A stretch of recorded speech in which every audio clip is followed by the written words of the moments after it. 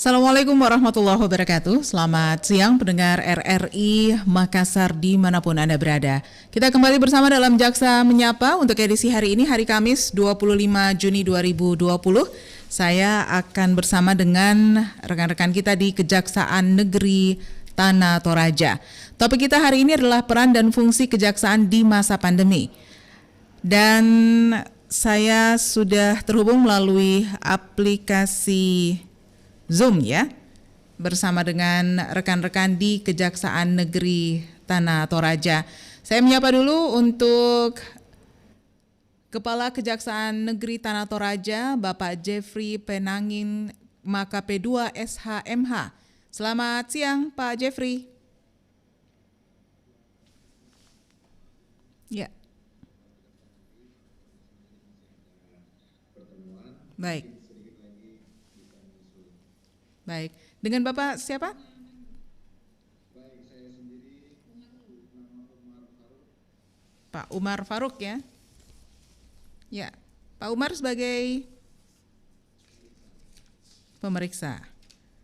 Oke, kemudian ada Pak Ariel Denny Pasangkin SH, kasih intelijen ya.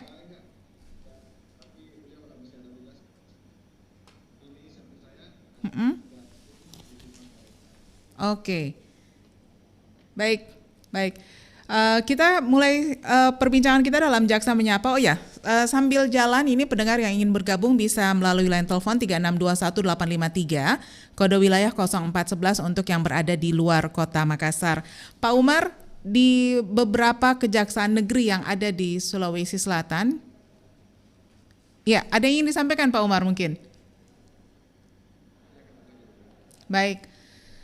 Di beberapa kejaksaan negeri yang ada di Sulawesi Selatan ini peran dan fungsi kejaksaan di masa pandemi sudah beralih ya, mulai dari dalam pelaksanaannya maksud saya, mulai dari pelaksanaan sidang yang dilaksanakan secara virtual, kemudian juga ada beberapa kegiatan-kegiatan lain yang memang disesuaikan dengan kondisi pandemi saat ini, di mana kita diharapkan tidak melakukan kegiatan dalam bentuk kerumunan ya. Kemudian juga diarahkan juga untuk menerapkan protokol kesehatan seperti memakai masker dan cuci tangan sesering mungkin. Ini tentunya peran serta kita untuk memutuskan mata rantai penyebaran COVID-19. Nah, untuk Kejaksaan Negeri Tanah Toraja sendiri, Pak Umar, ini apa saja yang menjadi inovasi-inovasi selain yang memang sudah dilakukan seperti melakukan sidang virtual tadi dan juga beberapa kegiatan lainnya. Silakan Pak Umar.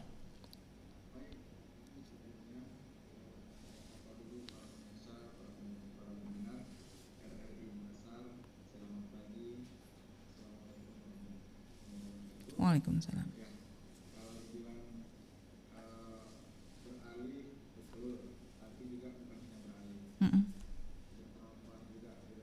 Bertambah.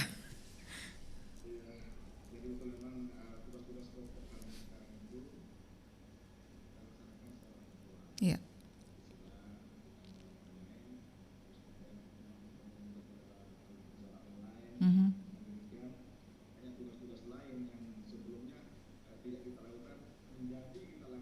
Iya.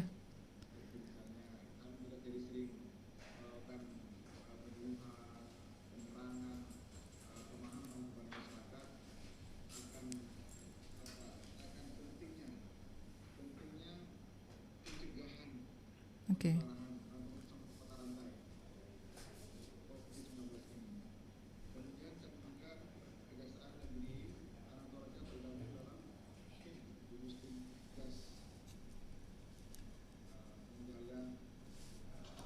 Dan pengendalian penurunan COVID-19 di tingkat kabupaten Tanah Toraja.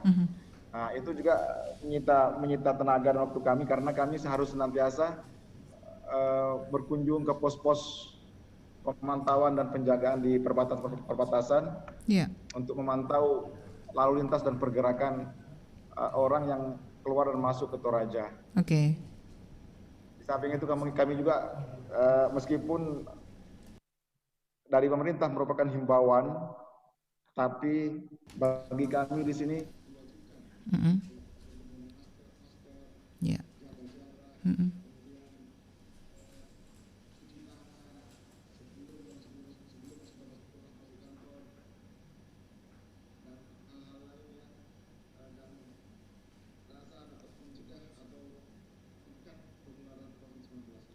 Oke. Oke, Pak Umar, dalam berkegiatan ini tentunya Kejaksaan Negeri sudah saling berkoordinasi ya. Tapi untuk Tanah Toraja sendiri, apa yang menjadi hambatan yang mungkin sampai saat ini masih terus dicarikan inovasinya atau bahkan sudah ditemukan inovasinya ya dalam masa pandemi ini, sementara Kejaksaan itu tentunya punya tugas pokok dan fungsi yang harus terus dilaksanakan, Pak.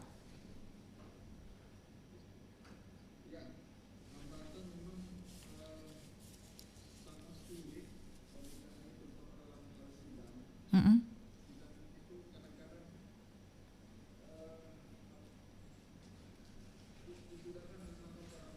Iya.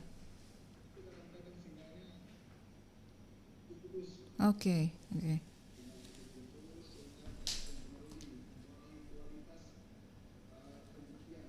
Mm-mm.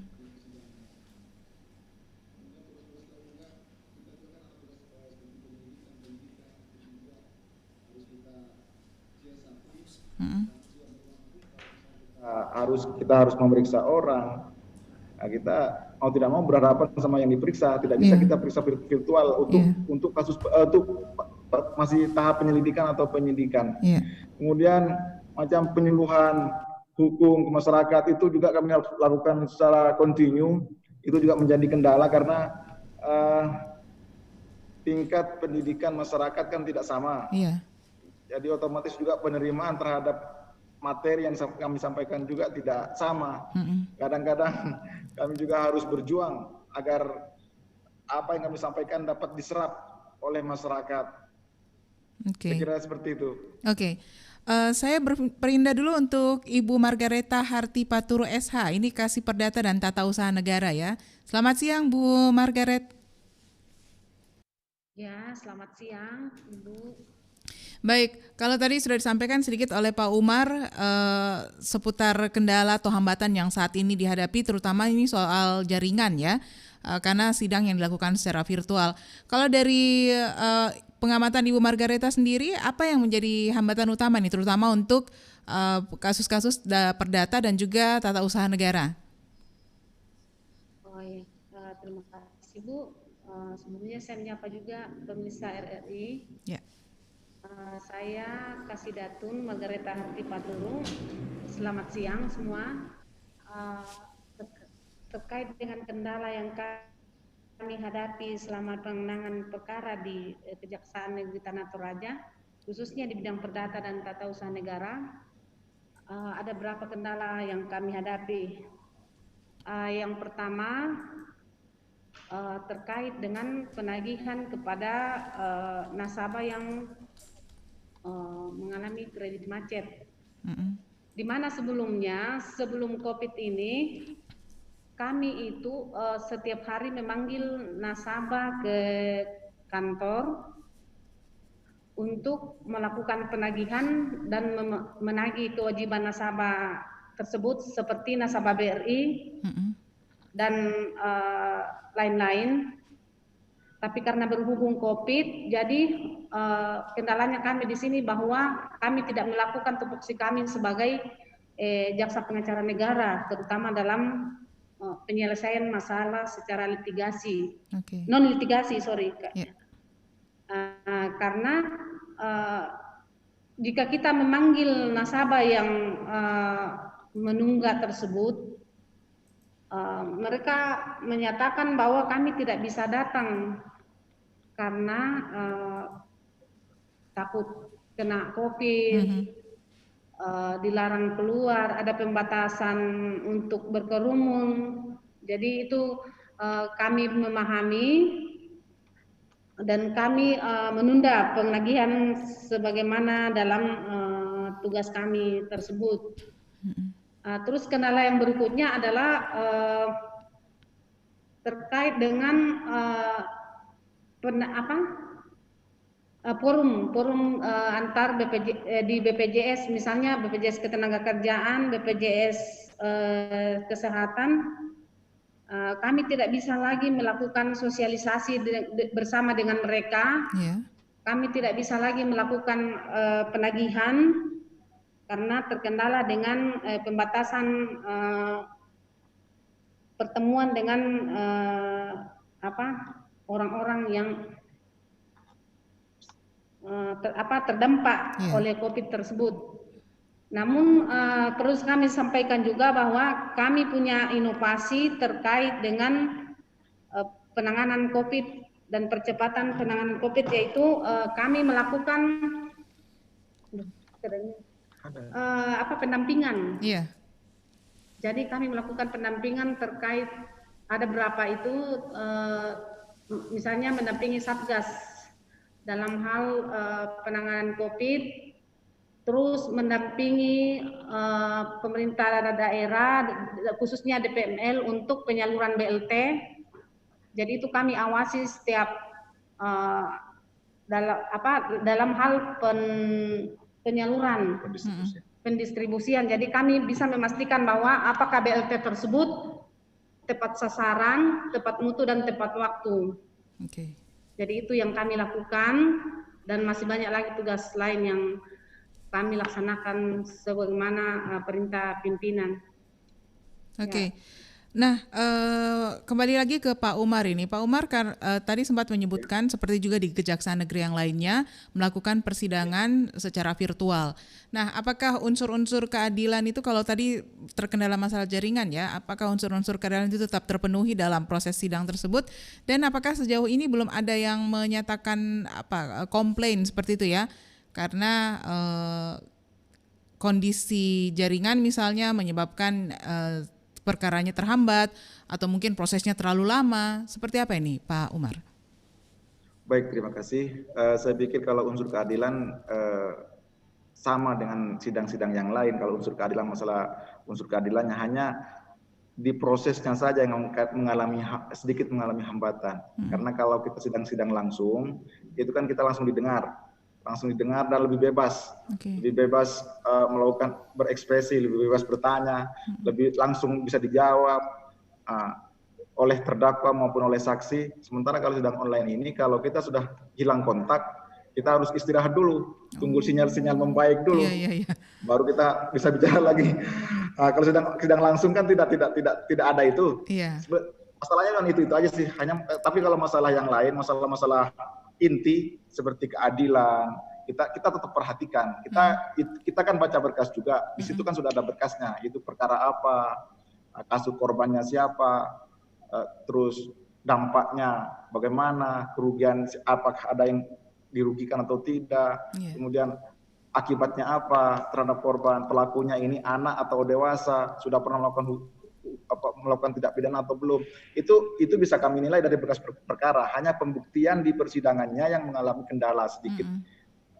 Ya karena kendala itulah kendala teknis sebenarnya yang itu waktu kami kemarin vikon dengan Mahkamah Agung, itu rata-rata dialami oleh semua kejaksaan negeri yang melaksanakan sidang online, semua kejaksaan negeri dan pengadilan negeri yang melaksanakan sidang online. Masalah teknis, seperti kadang kita sedang sidang mati lampu. Kalau sudah mati lampu, otomatis tidak ada sinyal, tidak ada gambar juga, tidak ada ini. Nah, kalau sidang langsung kan tidak ada mati lampu atau hidup lampu, nggak berpengaruh terhadap persidangan. Kemudian juga kalau misalnya sidang langsung, tahanan ini kan banyak nih. Tahanan kita ini banyak asalnya. Ada yang berasal dari BNN, ada yang berasal dari Rutan, ada yang berasal dari Polres, ada yang berasal dari Kehutanan, ada yang berasal dari pajak, perikanan. Kalau yang ada lautnya, kebetulan Toraja nggak ada lautnya. Nah, kalau sidang online, kita harus berkoordinasi dengan masing-masing institusi ini, karena mereka yang menahan di masing-masing tempat. Tapi kalau sidang langsung kan enak, kita langsung kumpul di pengadilan. Nah, seperti sidang korupsi, kita harus sidang ke Makassar. Itu juga kendala juga buat kami. Ini juga masih dalam koordinasi juga bagaimana jalan keluarnya, karena sidang korupsi itu se-Indonesia hanya ada di ibu kota provinsi pengadilannya. Sementara dari Toraja ke Makassar itu kurang lebih 8 jam. Itu juga kendala untuk perkara korupsi. Makanya kami sedang bicarakan mencari jalan keluar agar semua kepentingan bisa terakomodir. Semua kepentingan, baik kepentingan terdakwa, kepentingan korban, kepentingan pencari keadilan, kepentingan kami juga. Karena jangan sampai kendala-kendala ini mempengaruhi hal-hal yang pokok. betul. Nah, itu juga kami perhatikan. Makanya kalau sidang online itu kami fokus pada pokok perkaranya. Meskipun kami kadang-kadang putus-putus sinyalnya ya, tapi kami juga baca berkas perkara dan baca keterangan-keterangan dari tersangka atau terdakwa. Oke. Saya kira seperti itu. Baik. Jadi masyarakat tidak perlu khawatir. Itu kendala yang kami alami, masalah keadilan kami tetap upayakan seadil-adilnya. Baik, Pak Umar dan juga Ibu Margaret, kita akan kembali lagi sebentar, tapi saya pengen memperdalam tentang pendampingan atau pengawalan dana, realokasi dana ya, realokasi dana atau realokasi anggaran dari pemerintah untuk menangani COVID-19. Sejauh ini seperti apa? Kita akan simak jawabannya, tapi sebentar ya. Kita juga masih mengundang pendengar kita untuk bergabung ya. 3621853 di sepanjang acara ini Anda bisa langsung menelpon kami di 3621853 kode wilayah 0411 buat yang berada di luar kota Makassar. Saya dan juga rekan-rekan dari Kejaksaan Negeri Tanah Toraja akan segera kembali setelah yang berikut ini.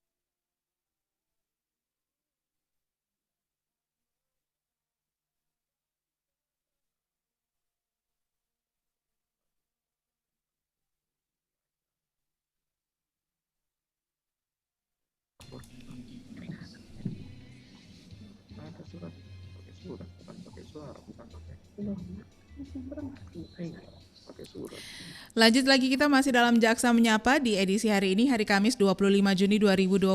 Selain melalui line telepon 3621853 kode wilayah 0411 untuk yang berada di luar kota Makassar, Anda juga bisa bersama kami melalui pesan WhatsApp di 0811 4100 222. Baik, masih bersama dengan Pak Umar Faruk di Kejaksaan Negeri Tanah Toraja, juga ada Ibu Margareta Hartipaturu SH, Kasih Perdata dan juga Tata Usaha Negara, yang hari ini bersama kita dalam Jaksa Menyapa. Baik, Pak Umar dan Ibu Margaret, kita lanjut lagi ini dengan pengawalan dana realokasi anggaran untuk penanganan COVID-19. Seperti apa? Ini kayaknya tugas tambahan ini ya, menambah tugas pokok dan fungsinya dari teman-teman kita di Kejaksaan Negeri Tanah Toraja. Ini bagaimana berjalannya sampai saat ini, Pak Umar? Baik, terima kasih. Jadi memang Kejaksaan Negeri Tanah Toraja terlibat dalam hal mendampingi refocusing anggaran atau peralihan anggaran ke ke penanganan COVID. Karena banyak SKPD itu Bu yang anggarannya dipotong, dialihkan untuk penanganan COVID. Jadi tugas kami di sini adalah memastikan bahwa agar anggaran yang telah dialihkan itu betul-betul dipergunakan untuk penanganan COVID ini, penanggulangan COVID. Karena kalau tidak diawasi rawan. Ini rawan. Begitu banyak anggaran yang dialihkan. Toraja saja ini kurang lebih kalau tidak salah saya sekitar 19 miliar. Tanah Toraja Utara. Ya, Tanah Toraja Utara. Oke. Kami tidak bisa memastikan nilainya. Yang jelas di angka itu Toraja Utara juga sekitar segitu. Jadi kalau itu tidak kita awasi, kami khawatir masyarakat yang seharusnya menerima manfaat dari peralihan dana itu, anggaran itu, jadi tidak menikmati. Itu tugas kami. Namun demikian, ya mudah-mudahan itu sampai sekarang sih belum ada temuan. Jadi tugas kami hanya tapi kami masih membuka diri, kami tetap membuka diri terhadap masyarakat. Kalau misalnya ada temuan masyarakat menemukan sesuatu pelanggaran atau apa, silakan menghubungi ke Kejaksaan Negeri Tanah Toraja. Oke, untuk menghubungi atau melaporkan adanya kejanggalan-kejanggalan dalam hal refocusing dana alokasi ini, ada anggaran ini, itu Kejaksaan Negeri Tanah Toraja membuka jalur khusus hotline seperti itu atau melalui media sosial mungkin, Pak Umar? Jalur khusus ada melalui kontak aduan, masyarakat bisa mengadukan ke kami melalui nomor kontak 082 321 455 734. Oke. Itu yang WA, terus kemudian ada yang telepon juga 082 256 144498. Itu yang telepon. Karena begini, di beberapa tempat itu kan di beberapa tempat ada kejadian. Ada kejadian seperti pembelian APD beli 1.000, di nota beli 1.000, yang datang 100 tapi dianggap 1.000. Ini kami yang tidak mau terjadi di sini. Banyak hal-hal lain, penyimpangan lain seperti penyaluran BLT yang harusnya 600.000 per kakak, per orang, per terdampak. Tidak sesuai dengan yang semestinya. Itu yang kami awasi di sini. Ini tugas-tugas ekstra kami yang di luar tupoksi sebenarnya, tapi masih berkaitan. Kami hanya tidak mau sebagai penegak hukum ada pelanggaran, karena kalau sudah terjadi di proses akan makan lama. Lebih baik kami cegah. Lebih baik dicegah daripada sudah terjadi kemudian diproses. Itu tidak efektif. Kami berpikir seperti makanya kami dampingi penyalurannya agar betul-betul tersalurkan kepada yang berhak dan dengan baik. Karena peralihan anggaran ini tidak hanya ke berupa belanja-belanja misalnya APD atau obat-obatan, tidak, tapi ke hal-hal lain juga seperti misalnya honor petugas, terus insentif tenaga nakes, tenaga kesehatan, dan lain-lain, banyak sekali item-itemnya itu. Nah, kami yang memastikan itu jangan sampai terjadi pelanggaran, karena terus terang banyak orang yang sekarang pikirannya sudah kurang sehat. Di masa pandemi masih saja orang berpikir mencari keuntungan. Ini yang kita senantiasa kasih pengertian baik kepada sesama petugas maupun kepada masyarakat. Kepada masyarakat kami menghimbau agar melapor kami kalau misalnya mendapatkan temuan. Kepada petugas kami melakukan penyadaran bahwa ini bencana kita bersama. Tolong apa yang sudah dialihkan anggaran negara, anggaran pemerintah itu tolong dimanfaatkan dengan baik. Tolong jangan mengambil yang bukan haknya. Karena petugas itu sudah ada haknya, Bu. Sudah dikasih haknya. Petugas gugus, petugas ini sudah ada haknya masing-masing, sudah dikasih honor. Jadi tolong jangan tambah-tambah sendiri. Kemudian apa yang dibelanjakan tolong itulah yang disalurkan. Jangan ada lagi penimbunan, karena beberapa tempat itu ada penimbunan, tapi di sini kami belum temukan. Mudah-mudahan tidak ditemukan. Oke. Demikian, mungkin ada tambahan dari Ibu Margaret. Iya, gimana Bu Margaret? Iya, terkait dengan pendampingan kami di Kabupaten Tanah Toraja dan Toraja Utara, itu kami sudah lakukan dan di Tanah Toraja sendiri ada satu pendampingan yang kami laksanakan, yaitu hanya penyaluran BLT, bantuan langsung tunai kepada masyarakat. Terus tugas yang kami laksanakan dalam pendampingan tersebut adalah kami memastikan bahwa apakah pendataan atau dan penyaluran terkait dengan BLT itu sudah sesuai dengan ketentuan peraturan yang ada, karena kita tidak karena alur penyaluran BLT itu mempunyai mekanisme juga. Jadi seperti misalnya di setiap Lembang kalau di Tanah Toraja di setiap desa itu kepala Lembang itu harus mendata masyarakat yang punya hak sesuai dengan peraturan dari Menteri Keuangan. Ada berapa item itu, ada sekitar 15 itu kriteria masyarakat yang menerima dampak penerima BLT, dan Lembang menentukan bahwa ada syaratnya, dan aparat Lembang bahwa penentuan penerima BLT di masyarakat itu ada ketentuan tersendiri sesuai dengan peraturan Menteri Keuangan, bahwa masyarakat yang terdampak COVID itu yang benar-benar menerima bantuan itu harus didata oleh Kepala Lembang dan aparat dibantu oleh relawan. Jadi dipastikan bahwa dana tersebut betul-betul sampai kepada yang diperuntukkan kepada yang berhak menerima. Jadi setelah Lembang mengklarifikasi, membuat data itu diserahkan kepada DPML untuk diverifikasi ulang. Nah, dari data tersebut Lembang membuat aturan dalam bentuk SK bahwa ini loh benar-benar masyarakat yang berhak menerima dana bantuan langsung terkait dengan dampak COVID. Jadi jangan sampai, itu yang kami pastikan di Lembang, jangan sampai ada kepala oknum kepala Lembang yang bermain, bahwa biasanya kadang banyak modus sih di daerah lain bahwa terkadang dana itu hanya diterima oleh orang-orang terdekat atau orang-orang pendukung Lembang pada saat kampanye. Jadi itu yang kami pastikan bahwa masyarakat itu dapat menerima semua yang berhak. Terus kedua, kami juga mengikuti, mengamati di DPML itu, memantau dan dananya apakah benar-benar sudah direalisasikan sebagaimana yang telah ditentukan, bahwa setiap dana diterima oleh yang berhak sebesar 600 selama 6 tahap, 600.000. Apakah itu kami pastikan, kami ikuti setiap penyaluran, apakah betul-betul sampai ke masyarakat, sampai kepada orang yang berhak. Jadi itu yang kami punya tugas. Terus setelah itu kami data berapa masyarakat yang dapat, berapa uang yang keluar, berapa dana yang dana alokasi dana desa yang dialokasikan untuk BLT itu kami pastikan semua. Jangan sampai ada kecurangan, baik oknum kepala Lembang, oknum pemerintah dan semua yang pihak yang terkait, itu yang kami pastikan di situ.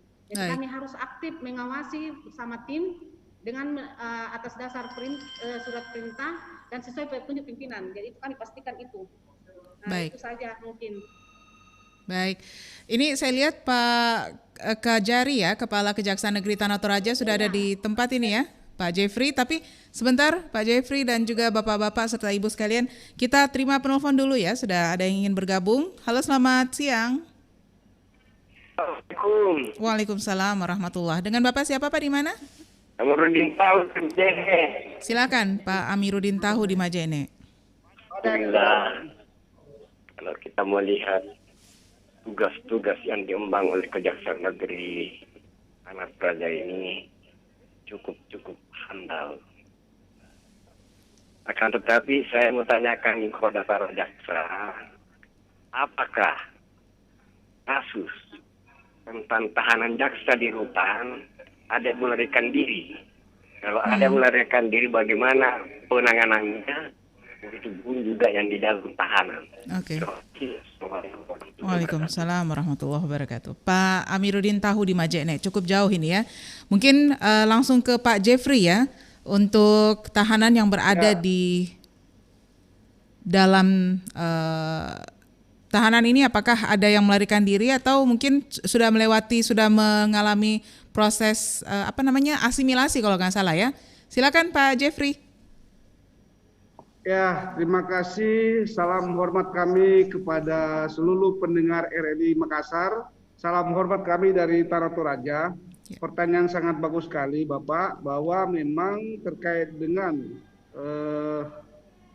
penyebaran virus atau musibah virus corona di Indonesia, bahkan di dunia, khususnya di Tanah Toraja, terkait dengan penanganan perkara yang tidak lain bagaimana kita bisa menindaklanjuti proses hukum baik dari kepolisian, kejaksaan dan pengadilan itu tetap berjalan di sela-sela keadaan dunia dan daerah kita yang memang sedang dilanda penyebaran virus corona. Bapak-bapak, ibu-ibu sekalian, saudara-saudara sekalian, para pendengar RRI yang kami hormati, untuk menyikapi itu, Bapak Jaksa Agung, Bapak Kajati Sulawesi Selatan telah menginstruksikan kepada kami beberapa petunjuk. Bahkan dari Kementerian Hukum dan HAM juga, dari Lapas juga sudah berkoordinasi dan bekerjasama dengan kami, karena ini menyangkut penahanan atau tahapan-tahapan penanganan perkara untuk para tahanan atau para tersangka, mulai dari proses penyidikan maupun proses penuntutan dan akhirnya pada saat eksekusi. Jadi untuk tahapan-tahapan penyidikan oleh kepolisian, untuk tahanan-tahanan para tersangka itu sesuai petunjuk pimpinan, itu kami titip di kepolisian setempat. Jadi walaupun para tersangka ini sudah ditahan oleh pihak kepolisian dan kemudian diserahkan dalam tahap 2 kepada kejaksaan, maka tahanan-tahanan ini atau para tersangka ini kami titip di rumah tahanan kepolisian, karena kejaksaan fasilitas penahanan tidak memadai. Nah, setelah kita titip di kepolisian, ya, kita informasikan kepada lembaga, karena lembaga tidak menerima tahanan-tahanan di tingkat penyidikan. Bahkan di tingkat penuntutan pun lembaga seluruh Indonesia berdasarkan petunjuk Pak Menteri Hukum dan HAM itu tetap ditangani oleh kejaksaan. Jadi karena kejaksaan tidak memiliki fasilitas rumah tahanan, maka para tahanan atau tersangka ini kami minta bantuan kepolisian untuk dititip di rumah tahanan kepolisian sampai saat ini. Nah, kemudian setelah jaksa penuntut umum menyidangkan perkara kasus pidana itu pun masih kami titip di kepolisian. Setelah nanti putusan sudah turun atau sudah diputuskan oleh majelis hakim dan sudah ingkrah, artinya sudah tidak punya upaya hukum lain, barulah tahanan tersebut kita serahkan ke lembaga. Jadi kalau soal penahanan atau proses penanganan para tahanan ini, itulah yang saat ini kita lakukan Pak, berdasarkan pembicaraan atau komitmen bersama antara Menteri dan Jaksa Agung. Nah, kalau tahanan lari, sampai saat ini tidak ada di Kejaksaan Negeri Tanah Toraja.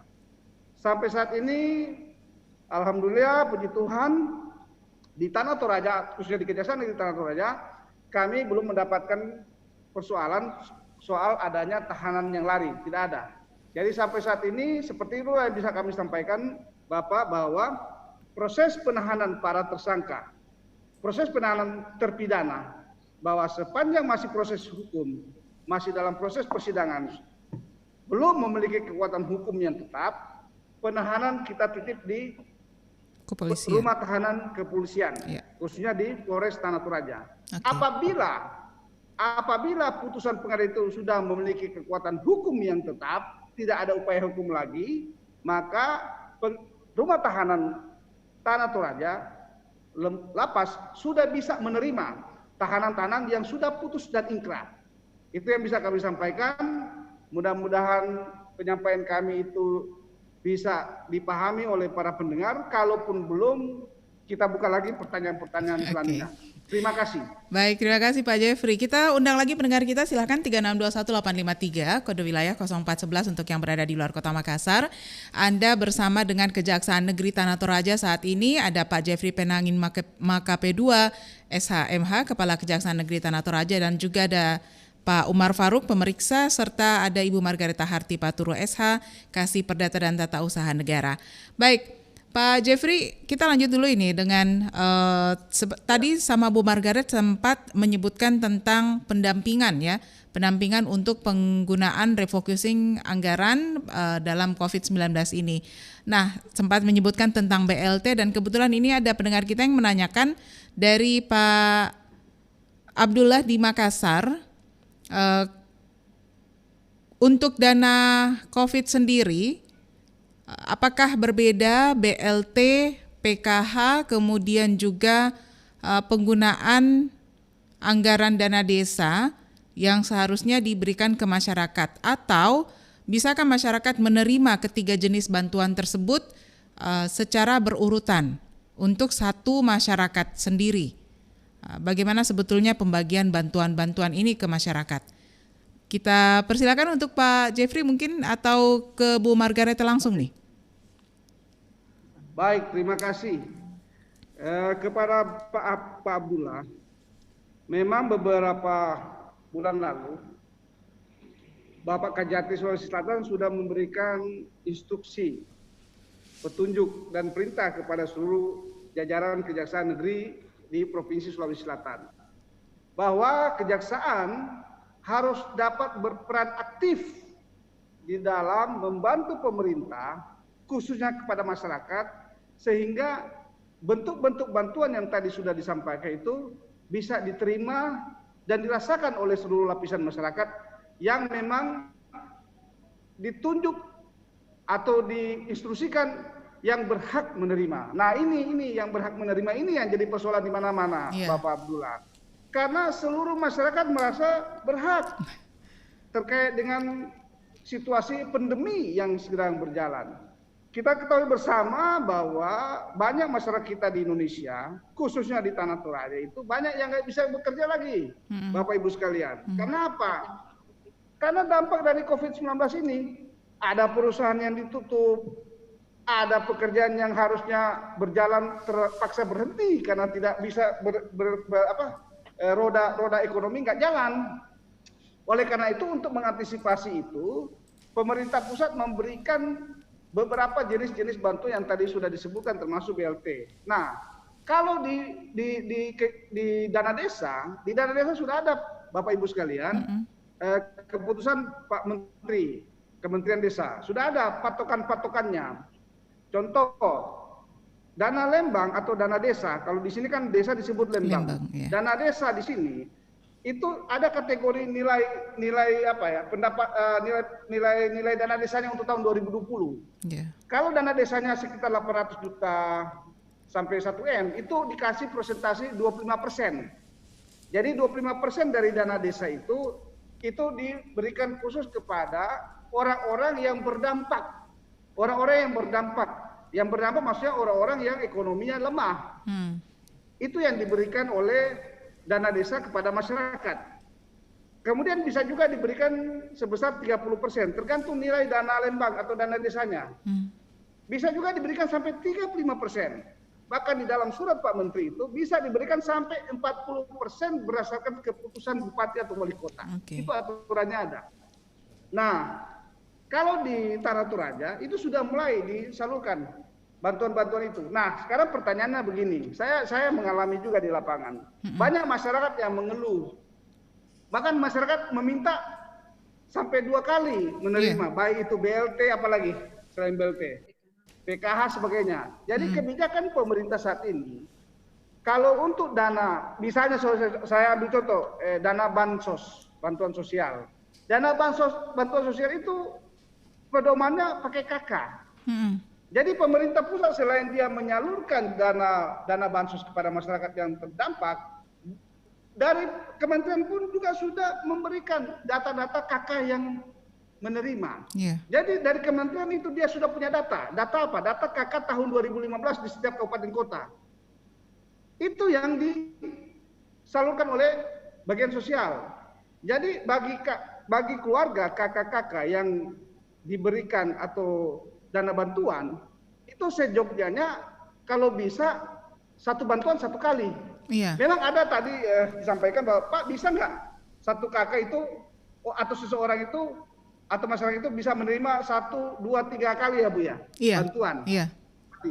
Nah karena anggaran pemerintah sangat kecil, anggaran pemerintah terbatas, ya karena roda perekonomian nasional kan kita tahu bersama. Iya. Usaha-usaha waktu yang lalu nggak jalan, ekonomi agak kurang baik, uang pun kurang. Iya. Oleh karena itu kebijakan pemerintah pusat bagi masyarakat atau kakak-kakak yang sudah mendapatkan satu model bantuan sejogjanya untuk bisa mengalah karena bantuan itu juga akan diberikan kepada keluarga yang lain yang terdampak. Nah kalau diberikan satu kakak itu sampai tiga model bantuan, lalu kakak-kakak yang lain, keluarga yang lain mau terima apa nanti? Iya. Itu. Jadi pemerintah itu bukan nggak mau bantu Bapak Ibu. Pemerintah itu ingin membantu. Pemerintah pusat itu ingin membantu masyarakatnya. Namun kendalanya itu anggaran pemerintah pusat belum cukup untuk menampung seluruh masyarakat sampai bisa memberikan 2-3 kali model bantuan. Tapi pemerintah pusat dan pemerintah kita berharap dari 5-6 macam bantuan, setiap kakak menerima bantuan-bantuan tersebut walaupun hanya satu macam model. Oke. Nah, itu yang bisa saya sampaikan ke Pak Abdullah, mohon maaf Pak, karena anggaran kita sangat terbatas dan pemerintah pusat dan pemerintah selalu kerja terus beliau-beliau itu untuk bagaimana rakyatnya tidak sulit dalam ekonomi, terutama untuk makan minum mereka. Baik. Itu mungkin yang bisa saya sampaikan, mungkin ada penambahan dari teman-teman kami persilakan. Baik. Silakan, ada yang ingin ditambahkan mungkin Ibu Margaret atau Pak Umar? Sudah cukup. Baik. Kita lanjut lagi. Untuk mendengar yang ingin bergabung silakan 3621853 kode wilayah 0411 untuk yang berada di luar Kota Makassar. Satu pesan WhatsApp saya bacakan dulu, ada Pak Marten ya. Pak Marten ini tidak mencantumkan lokasinya saat ini. Ingin menanyakan tentang pegawai negeri sipil yang ternyata menerima bantuan juga. Apakah ini tergolong pelanggaran? Dan kalau ini sebuah pelanggaran, di manakah kami bisa melaporkan hal ini? Silakan, Pak Jeffrey. Baik, terima kasih Pak Martin. Pak Martin, ya. Ya, terima kasih atas pertanyaannya Pak Martin, bahwa begini, ada contoh kasus di Tanah Toraja. Jadi diberikanlah bantuan kepada orang itu. Tapi saya sampaikan tadi contoh, bahwa data-data yang diambil oleh pemerintah pusat itu adalah data-data kakak tahun 2015 yang lalu. Tahun 2015 lalu diserahkanlah data-data itu kepada daerah-daerah, kemudian Dinas Sosial memverifikasi, dia memverifikasi lagi. Apakah data-data itu memang cukup atau memenuhi syarat nggak kakak-kakak atau orang tersebut. Nah itulah makanya ditemukan ada orang yang dulu tidak punya pekerjaan, setelah didata, diverifikasi kemarin ternyata sudah PNS. Iya kan? Sudah PNS. Nah itulah saya sarankan kepada pemerintah, kepada bidang atau dinas terkait, agar data itu dilaporkan ke pemerintah pusat, kepada bupati, untuk disampaikan ke pemerintah pusat. Karena apa? Karena bantuan dan aturan petunjuk teknis itu pemerintah pusat yang memberikan, bukan daerah. Nah kalau menemukan hal seperti itu, sejogjanya itu dilaporkan ke pemerintah pusat. Sekarang pertanyaannya, Pak Kajari, apakah dana itu harus nggak diserahkan walaupun dia sudah PNS? Pertanyaan saya kembali lagi, baca lagi aturan juknis dari dinas terkait, juknis dari kementerian terkait. Apakah PNS itu bisa menerima bantuan tersebut? Apakah PNS itu bagian dari masyarakat yang terdampak? Nah kalau bukan, sejogjanya pemerintah daerah harus melaporkan itu ke pemerintah pusat, agar pemerintah pusat memberikan petunjuk dan kebijakan bagaimana cara mengelola dana itu sesuai dengan instruksi dari awal. Karena uang ini uang dari pemerintah pusat, bukan pemerintah daerah yang menentukan. Dari kementerian aturannya. Kepala daerah ketika menemukan persoalan di daerah, sejogjanya, saya selalu sarankan di Tanah Toraja, sejogjanya dinas menyurat kepala daerah menyurat ke pemerintah pusat. Mengapa Pak Kajari? Karena uang itu sumbernya dari pemerintah pusat, nggak tahu. Dan petunjuknya menteri yang membuat, bukan bupati. Tapi kan ini sosial, tapi kan ini pemerintah daerah harus mengambil kebijakan. Iya. Kenapa? Orang di depan mata sudah berdampak. Ini ada persoalan di lapangan bahwa ada orang yang berdampak. Kalau itu surat-suratan terlalu lama, waduh, susah juga, Mbak, Iya. kita bicara soal itu. Kalau bicara ke kami kan orang aturan hukum, kami kan penegak hukum. Saya harus berjalan sesuai koridor dan aturan hukum. Kalau bicara, oh ini kan Pak, kasihan Pak, ini kan berdampak, oh itu kan kebijakan, bukan aturan hukum. Kalau sudah bicara kebijakan, sudah bicara hal seperti itu, saya nggak bisa ngomong, Mbak. Karena saya aparat penegak hukum, menegakkan hukum saya, bukan Iya. mengambil kebijakan. Iya. Tapi tetap ada di hati saya hal itu. Saya Oke. minta Bupati tolonglah, Pak. Kalau kita mau bantu orang, kepada teman-teman, kalau kita mau bantu orang merasa kasihan, jangan ambil uang negara, ambil uang kantong kita sendiri, kasih bantuan. Begitu dong. Kita Iya. ini negara hukum, Pak. Tidak boleh melanggar hukum. Oke. Itu, Pak, yang bisa saya sampaikan. Mohon maaf ini apa adanya saya sampaikan. Kalau nggak strike, ya bisa kita dengar lagi lah. Terima kasih. Oke, Pak Jeffrey. Silakan. Oh, oke, silakan. Ya, jadi memang kasus-kasus seperti itu memang ada, cuma itu kan seperti margin error, jumlahnya tidak banyak. Satu, yang kedua memang tidak semua PNS itu tidak bisa menerima bantuan dan juga tidak semua PNS iya. boleh. Jadi ada yang boleh, ada yang tidak boleh. Jadi semua ada kriterianya. Tinggal nanti kalau misalnya ada temuan dilaporkan aja, nanti biar kami telaah apakah PNS yang ditemukan menerima bantuan itu termasuk PNS yang boleh menerima bantuan atau termasuk PNS yang tidak boleh menerima bantuan.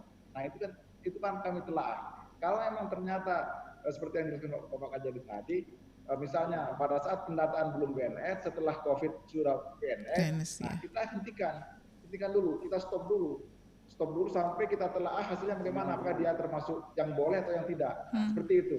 Dan kasus-kasus seperti itu jumlahnya tidak banyak kok. Itu hanya seperti margin error dalam sebuah ini aja. Saya kira demikian.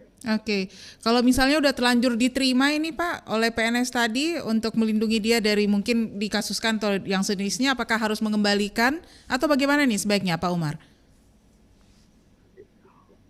Ya, para permisa dimanapun berada, Mbak, memang ini sulit ya. Iya. Karena di sisi lain kita melihat masyarakat susah. Di sisi lain kita harus menegakkan aturan main yang ada. Iya. Itu persoalannya di situ aja. Jadi saya selalu tidak henti-hentinya kepada pemerintah daerah menyampaikan ini, Mbak.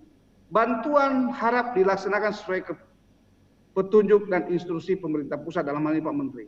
Ya, kalau ada hal begitu, kita merasa kasihan, keluarkan uang kantong kita sendiri, sumbang ke mereka. Kenapa? Kami ini penegak hukum, saya bilang Pak. Saya ini penegak hukum, harus menegakkan aturan yang ada, tidak boleh melenceng dari aturan yang ada. Yeah. Kalau saya melenceng dari aturan yang ada, maka saya melanggar hukum.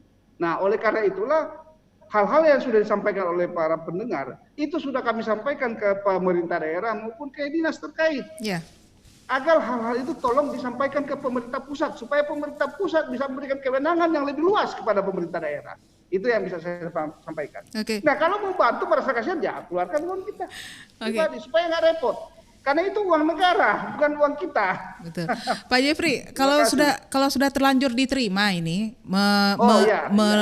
melindungi si PNS ini dari dikasuskan mungkin atau panjang lah masalahnya, apakah dia harus kembalikan ke pemerintah atau gimana nih? Kalau penyaluran tidak tepat sasaran, sejoknya segera dikembalikan. Okay. Sejoknya.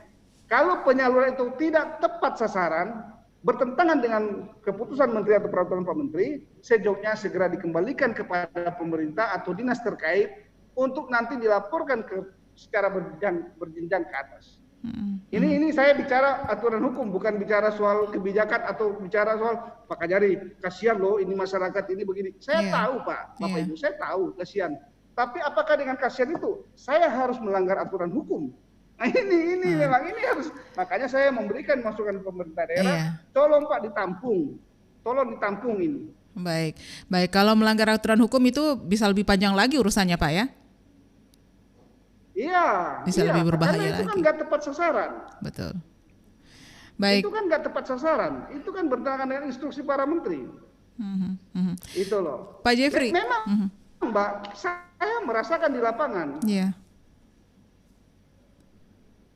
Ya, Pak Jeffrey, kalau kita lihat ini Kejaksaan Negeri dalam berkiprah di masa pandemi ini tentunya masih banyak sekali tantangan dan hambatan yang perlu untuk segera diatasi. Namun kita punya Jaksa Menyapa, dan untuk warga yang merasa bahwa ada hal-hal yang tidak sesuai dengan aturan atau hukum yang ada, seperti yang disampaikan Pak Umar tadi, ada hotline khusus ya, jalur khusus untuk pengaduan. Wilayah Tanah Toraja ini bisa melalui WhatsApp di nomor 082 321 455 734. Kemudian juga melalui line telepon di 082 256 144 498. Pak Jeffrey, kita memiliki keterbatasan waktu untuk saat ini. Ada hal-hal yang ingin disampaikan kepada seluruh warga masyarakat yang menyimak siaran Jaksa Menyapa ini agar bisa memahami tugas pokok dan fungsi dari kejaksaan sendiri yang saat ini sedang berusaha dimaksimalkan di masa pandemi. Silakan Pak Jeffrey. Baik, terima kasih Mbak.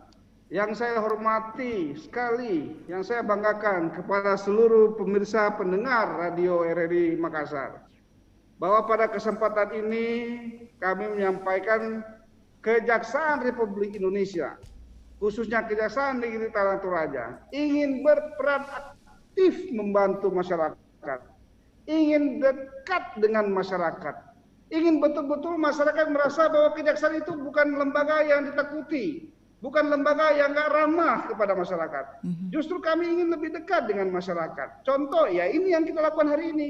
Kita membuat siaran radio bekerja sama dengan RRI, luar biasa. Kenapa? Kita ingin mendengar suara dari rakyat. Kita ingin dengar suara dari masyarakat. Kejaksaan itu sudah berubah dan harus berubah. Tidak bisa kejaksaan seperti zaman-zaman dulu orang cerita. Tidak bisa. Saya hanya bisa menyampaikan kepada seluruh pemirsa radio RRI dimanapun berada, bahwa pimpinan kami sudah menyampaikan kepada seluruh jajaran, kepada seluruh jaksa, untuk dekat dengan masyarakat, untuk bisa membantu masyarakat sesuai ketentuan hukum yang berlaku. Jadi jangan dilihat ini, kejaksaan ini kayak baju coklat kah, gedungnya kayak gimana. Jangan Bapak Ibu sekalian, jangan Pak. Anggap kami saudara Bapak Ibu sekalian. Kalau kami salah, silakan Bapak Ibu sekalian tegur. Kalau kami salah, silakan ditegur supaya kita berubah. Tujuannya apa? Tujuannya apa ini? Penegakan hukum tujuannya adalah bagaimana kita melayani masyarakat sehingga rasa keadilan masyarakat itu tercapai. Itu yang bisa saya sampaikan. Sekali lagi terima kasih. Kure sumanga, wassalamualaikum warahmatullahi wabarakatuh. Waalaikumsalam warahmatullahi wabarakatuh. Terima kasih Pak Jeffrey, Pak Umar, dan juga Ibu Margaret. Kita akan jumpa lagi di edisi yang berikutnya. Selamat siang, selamat melanjutkan aktivitas Anda. Dan mendengar demikian telah kami hadirkan Jaksa Menyapa di edisi hari ini, hari Kamis 25 Juni 2020. Saya Melani Ahmad mewakili kerabat kerja yang bertugas mengucapkan terima kasih serta jajaran dari Kejaksaan Negeri Tanah Toraja. Kita akan jumpa lagi pada edisi Jaksa Menyapa minggu depan pada hari Kamis pukul 11 hingga jelang pukul 12 waktu Indonesia Tengah. Sampai jumpa. Assalamualaikum warahmatullahi wabarakatuh.